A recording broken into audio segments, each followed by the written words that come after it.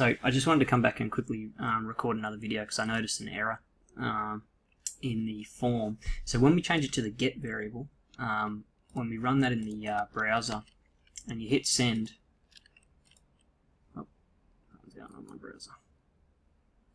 Let's just close that down and restart it again. Open in browser.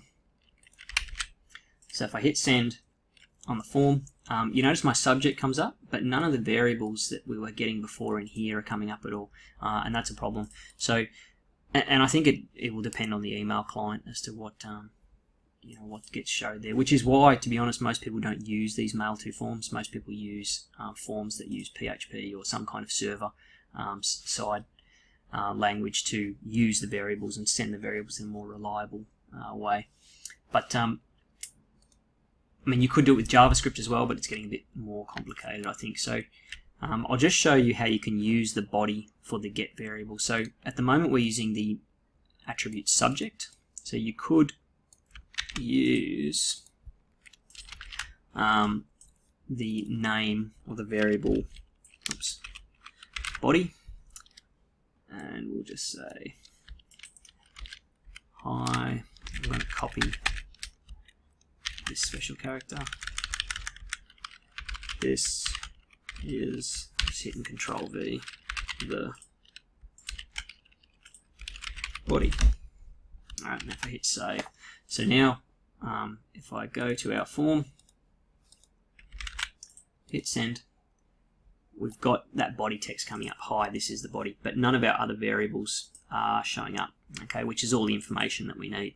Okay, if we went back to the post variable, the post method in our form, which is up here, and run that in the browser, then we hit send, we get all our variables coming up. Now we're getting these funny symbols because the post variable is not using the HTML special characters like the get variable is, so that's why we're getting all these funny characters appearing here. But you'll notice we don't get the subject line coming up there. Now, unfortunately, I don't know a workaround for this. If you've got one, by all means, put it down there in the comments. But most of the time, you get the best results if you're doing it on a live website using some PHP or a PHP plugin to actually do that. So I just thought I'd let you know that that's the case for this one here.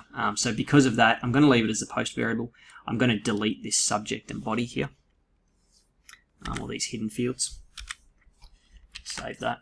So now our final form, if I open that in the browser, is just this one here, which gives me all the variables.